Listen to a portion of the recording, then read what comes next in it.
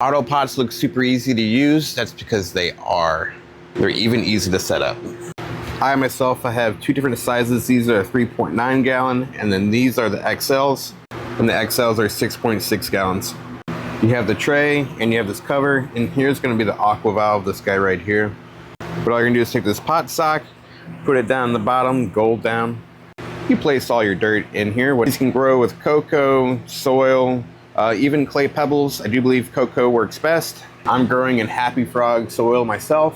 I'm gonna come with this long hose that we can cut it up and put it to the different pots, to pot, and then to the reservoir like this. This is the heart, the lifeblood of the whole thing. This is the aqua valve. Once the water supply is turned on, the water will travel along the pipework connected to the aqua valve and begin to fill the tray. As the tray fills, the top float will begin to rise. As the top float rises, the airtight connection between the top float silicon and the hole below it will be broken. Once the airtight connection is broken, the air within the main body of the aqua valve will escape from the hole, and in turn the internal bottom float will rise.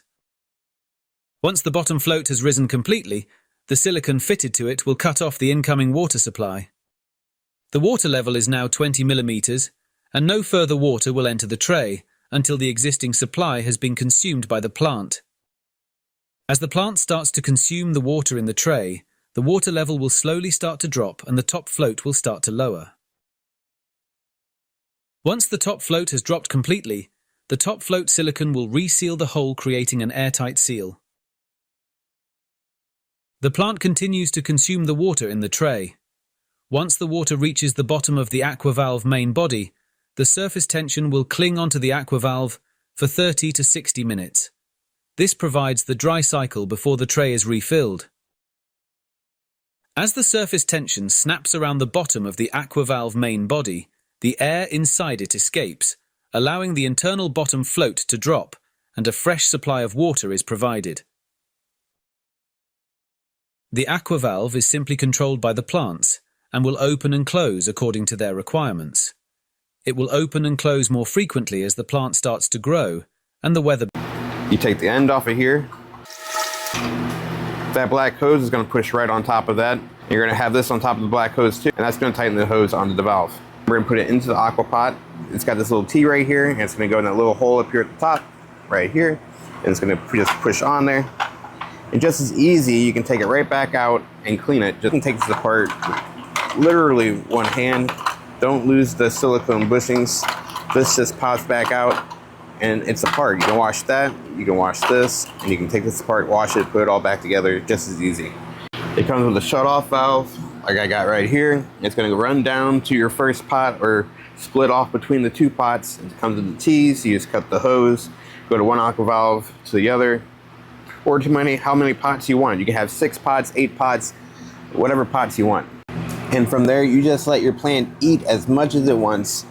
The only thing you have to do is keep this reservoir full. I clean mine weekly. This is 12.9 gallons. They have 25 gallon ones as well. We also have a flexible soft pot. But once a week, I let this run out of water. Same for down here. And then I will take the pot out, put it in a tray, and then I will take the base and wash all the stuff in there. And then I'll wash this as well. But you can use autopots for any type of gardening. It doesn't have to be these kinds of plants. It can be any plants, tomato plants, cucumbers, whatever. It will grow just fine. They have different pots, different sizes. They have fabric pots, they have plastic pots, they got small, big. They got all different kinds of different pots. That way they always fit your needs and what you're trying to grow. Another good thing about the autopot system is the fact that they are gravity fed. So even without power, all your plants are still gonna be fed. And a 4-pot system is somewhere around $200, which really isn't that bad for what it does, and they work great. And in my opinion, it makes it really easy for beginners that way you don't underwater or overwater, it just waters just right. And you can see by this auto flower, this thing is happy.